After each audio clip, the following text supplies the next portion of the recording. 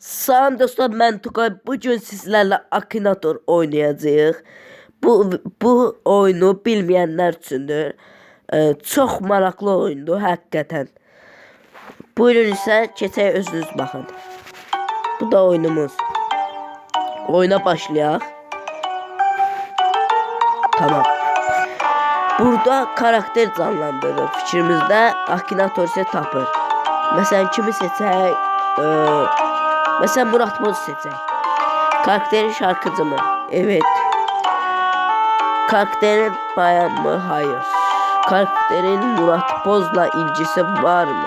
Elə özündə Murat Boz'un. Hayır. Karakter 40 yaşından büyük mü? Hayır.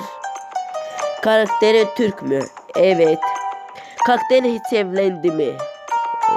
Hayır. Tabii ki. Karakter rap şarkıcı mı? Hayır. Karakter daha önce bir dizide veya filmde oynadı mı? Evet. Karakter çok güzel hareketler bunlar programından mı? Hayır. Karakterin güçlü mü? Güç herhalde. Herkes olur. Karakterin Bugatti'ye biniyor mu? Ben hardan bilim ala.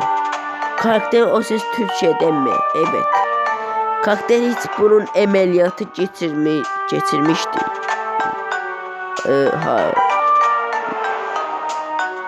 Karakterin bir dizide oynayan mı? Hayır. Karakter İspanyol. Hayır. Hayır. Karakterin babası yaşıyor mu? Bilmiyorum. Hayır. Karakterin bir sinema filminde oynadı mı? Evet. Karakterin garip kıyafetleri giyiyor mu? Hayır. Karakterin yok, hayır. Karakter bir yetenek yarışmasında jüri üyesi mi? Evet. Deyəsən tapdı uşaqlar. Doğrudan da tapdı. Çox yaxşı bir şeydi. Murat Boz tutmuşdu xəyalımızda, onu da tapdı. Yəni inanılmaz oyundu. Girib özünüz oynaya bilərsiniz rahatcana. Nəysə dostlar, mən sağ ol deyirəm hamınıza. Yalnız kanala abunə olmağı, like etməyi unutmayın.